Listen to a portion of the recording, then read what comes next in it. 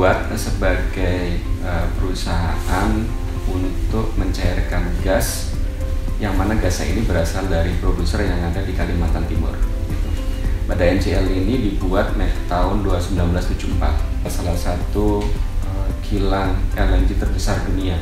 Dan tugas kami ini hanya mencairkan gas yang dihasilkan dari upstream, kemudian nanti dikapalkan. Dengan adanya restrukturisasi, PT Badak ini sekarang di bawah dari pembinaan dari Saboling Upstream atau di bawah dari PHE.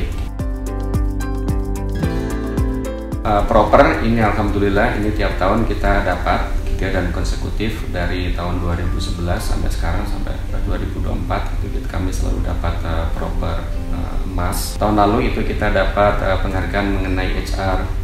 Kemudian baru saja kemarin gitu kita dapat penghargaan dari Yuska, itu ada top inovasi, hanya diakui di level nasional, bahkan juga diakui di level para komunitas LNG, kilang LNG gitu. Tahun lalu itu kita ada 46 penghargaan yang kita capai, baik itu dari nasional maupun dari internasional. Kita itu tiap 2 tahun itu ada Philip Towson Associate itu dari Amerika, itu selalu melakukan audit dari semua kilang LNG yang ada di dunia. Dari sisi HSSE gitu ya, itu memang sudah well known bahwa PT Badak ini tiap tahun itu selalu terima penghargaan-penghargaan.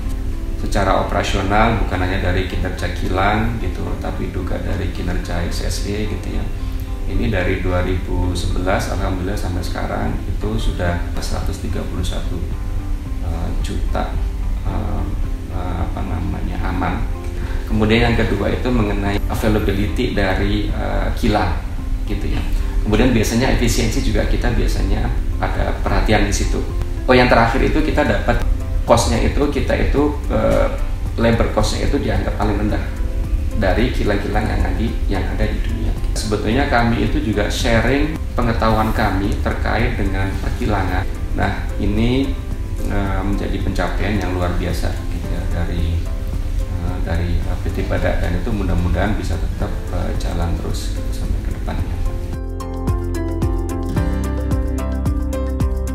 Ini ada 2 hal yang perlu kita tekankan. Yang pertama adalah sistem, yang kedua adalah budaya. Gitu ya.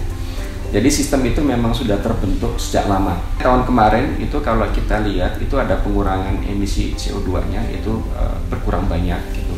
Kemudian dari efisiensi energinya, kalau datanya itu ada sekitar 800-an gigajoule kalau nggak salah. Kemudian dari sisi pengurangan penggunaan airnya, saya cek ada 5.000-an meter kubik yang sudah bisa dikurangi. Gitu. Jadi kita selalu melakukan inovasi-inovasi terkait dengan pemberdayaan masyarakat.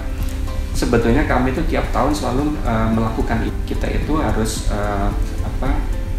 memberikan kontribusi bukan hanya ke ekonomi nasional, tapi juga pada lingkungan, kepada masyarakat sekitar. Kita juga harus memberikan manfaat itu. Pada intinya sih untuk mencapai proper itu memang ada beberapa hal ya. Yang pertama masalah lingkungan itu udah pasti ya, efisiensi energi, kemudian pencemaran dan lain-lain itu udah pasti kita lakukan gitu. Kemudian yang kedua pemberdayaan masyarakat itu juga kita lakukan gitu. Yang ketiga inovasi-inovasi. Nah yang keempat ini sebetulnya ini ada hal yang penting gitu yang tadi saya sampaikan di depan itu, 2 itu. Jadi sistem sama budaya, dua-duanya itu harus mendarah daging di kita. Tahun lalu itu pencapaian PT Badak itu untuk di KPI-nya itu tertinggi sepanjang sejarahnya PT Badak.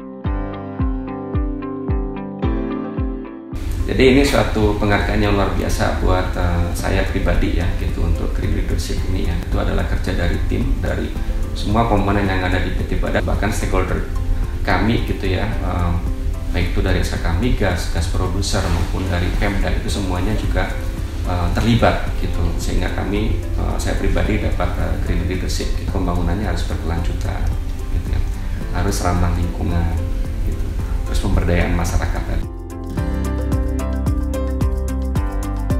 Ada beberapa hal gitu. Yang pertama keberlanjutan dari PT Badak sendiri gitu. Artinya PT Badak ini harus going concern gitu. Tidak bisa hanya mengandalkan apa yang saat ini gitu. Harus terus tumbuh gitu. Makanya kami coba untuk memulai bisnis-bisnis yang lainnya juga. Kemudian yang kedua terkait dengan sustainability dalam pengelolaan lingkungan gitu. Nah ini juga saya sampaikan juga ke teman-teman bahwa kita udah harus melakukan ini gitu. ESG itu sedang kami lakukan kami juga sudah prepare ke arah sana gitu. Artinya ESG ini adalah salah satu indikator yang harus kita cek terus-terusan gitu. Ya terhadap lingkungan terutama. Kami tekankan juga gitu bahwa sustainability ini selain dari institusinya, dari PT Badaknya, kemudian dari lingkungannya, sekali lagi juga terhadap masyarakat yang ada.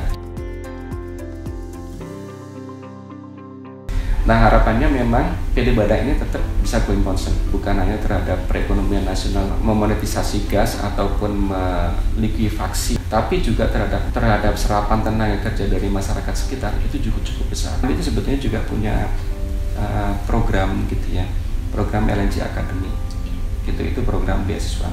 Nah harapan kami ke depan program ini itu bisa jalan terus. Kenapa?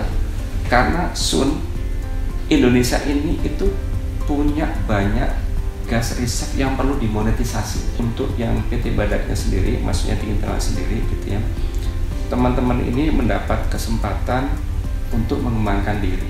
Insya Allah PT Badak akan tetap going concern, akan tetap kompetitif gitu ya, dan knowledge-nya juga bisa di-sharing ke semua komponen, semua entitas yang terkait dengan bisnis oil and gas yang ada baik itu di Indonesia, bahkan mungkin juga di dunia. Itu harapan saya.